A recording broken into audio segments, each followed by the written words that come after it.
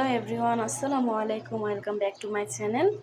প্রিয় দর্শক, আজকে আমি তোমাদের সাথে শেয়ার করবো আমি সারাদিন কী কী রান্না করলাম, কী খেলাম, কী করলাম না করলাম। ঠিক আছে, তো এখানে প্রথমেই শুরু করি একটা আরবিয়ান রেসিপি দিয়ে। এটার নাম হচ্ছে মারগুক। তো আমি আজকে মারগুক রান্না করছি। দেখো এটা কি করে রান্না করলাম, পুরো ভিডিও যদি তোমরা দেখতে চাও, মানে রেসিপিটা দেখতে চাও, তাহলে আমাকে কমেন্ট করে জানো, আমি তোমাদেরকে বানিয়ে দেখাবো। ঠিক আছে, বাট আমি একটু করে বলে নিই।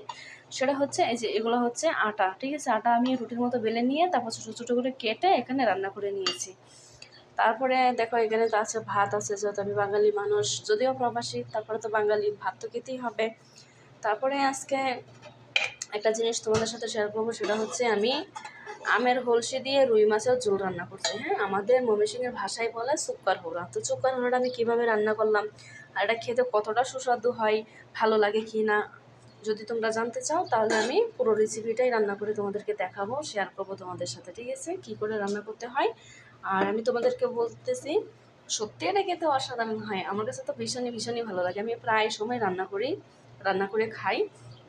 একটা কথা আমি তোমাদেরকে শেয়ার করি, সেটা হচ্ছে আমি এমনিতে যে কোনো তরকারি রান্নাগুলো ঝোল কম দিই, কিন্তু মাঝে মাঝে এভাবে আমের ঝোল করে আমি খাই, কারণ ভালো লাগে, যেহেতু এখন গরমের দিন আর খেতে জিনিসটা খুবই স্বাদ লাগে।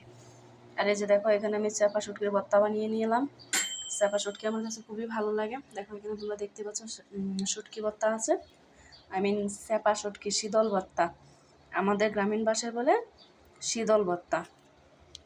তো আমি এখানে শীতল ভর্তা বানিয়ে নিলাম, তার মধ্যে গরম গরম ভাত রান্না করে নিলাম। খেতে উফ কী যে একটা টেস্ট লাগবে, আলহামদুলিল্লাহ, মাশাল্লাহ মাশাল্লাহ। তো এই ছিল আজকের আমার রান্নাবান্না, ভাবলাম তোমাদের সাথে একটু শেয়ার করি। তোমরা তো আমার ভিডিও দেখতে পছন্দ করো, যারা যারা আমার ভিডিও দেখো সবাইকে অসংখ্য ধন্যবাদ।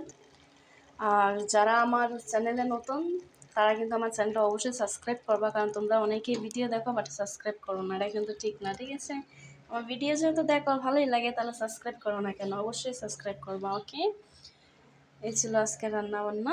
তো ভালো থেকো তোমরা, দেখা হবে অন্য একটা ভিডিওতে। ঠিক আছে, ভালো থেকো সবাই, টেক কেয়ার, আল্লাহ হাফেজ।